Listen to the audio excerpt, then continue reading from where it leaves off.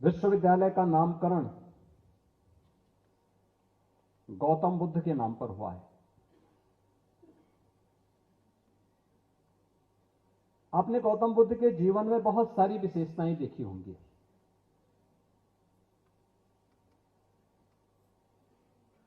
और जीवन के जिन रहस्यों को उन्होंने उद्घाटित किया था,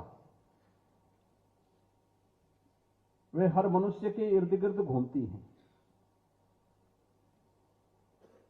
बुद्ध ने कहा था, समस्या है, यानी पहले हमने उसको स्वीकार करना, चुनौती को स्वीकार करना।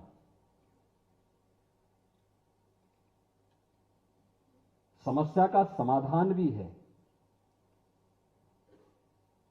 आपने जब समस्या को स्वीकार किया तो उसके समाधान का रास्ता भी आपको तलाशना पड़ेगा। और समाधान है तो उसका निवारण भी है। अक्सर होता क्या है, हम समस्या को ही स्वीकार नहीं करना चाहते। हमारी विफलता का रहस्य कहां छुपा है? जब हम समस्या से मुंह मोड़ते हैं, उससे भागने का प्रयास करते हैं, उसको जब स्वीकार ही नहीं करते, तो सबसे पहले समस्या को स्वीकार करना और हर समस्या का समाधान करने के लिए एक राह भी होती है। उस राह को चुनना, समाधान का रास्ता। और याद रखना, हर रास्ते मंजिल तक ही पहुंचते हैं, बशर्ते हम स्वयं हिम्मत न हारें। तो समस्या का समाधान भी है और मंजिल में पहुंच गए तो उसका निवारण भी है। बुद्ध का यह जीवन हम सब के लिए, चाहे वह छात्र हो, चाहे वह शिक्षक हो, चाहे वह उद्यमी हो, चाहे वह जीवन के किसी भी क्षेत्र में है, उन सब के जीवन में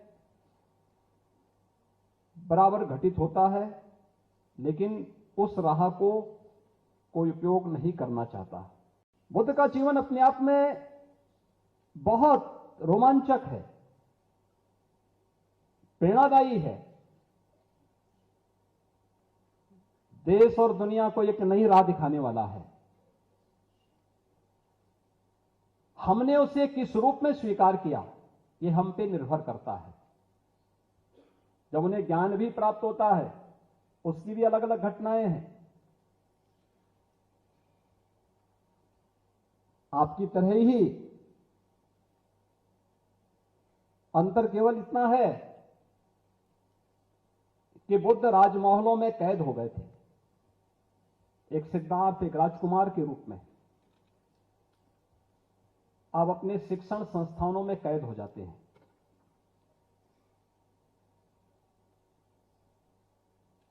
शिक्षा की हमारी व्यवस्था हमें शिक्षित तो कर पाएगी,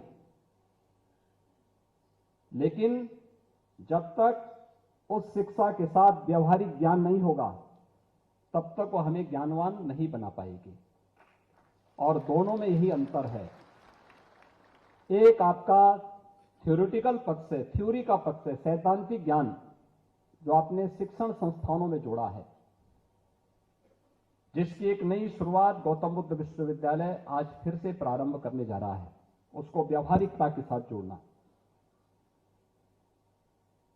जब हमारे शिक्षण संस्थानों से कोई उपाधि धारक निकले,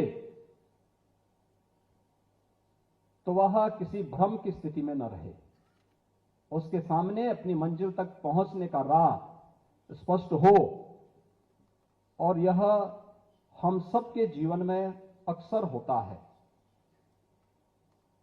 बुद्ध ने वे राह हमें दिखाई।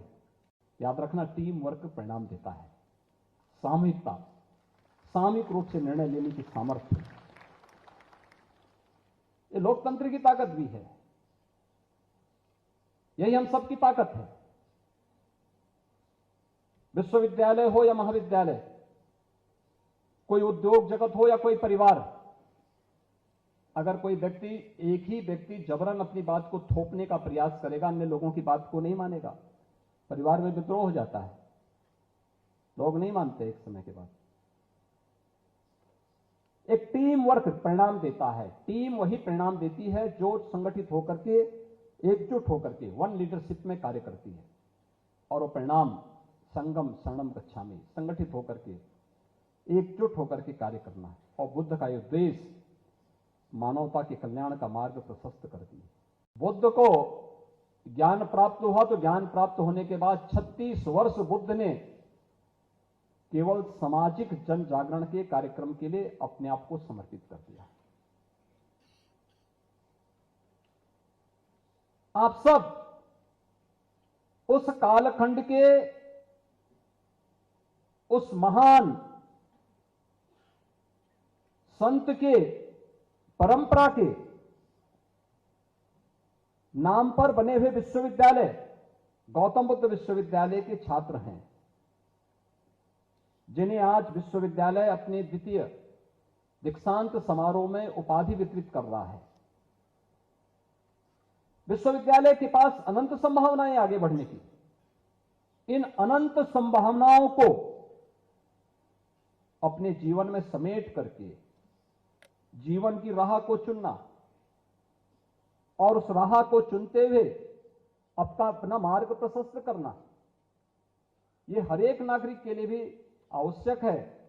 समाज के हित में भी यही है और राष्ट्र के हित में भी यही है। और उन्हीं मूल्यों को समाहित करते हुए इस विश्वविद्यालय ने अपनी पहचान को आगे बढ़ाने का कार्य किया है।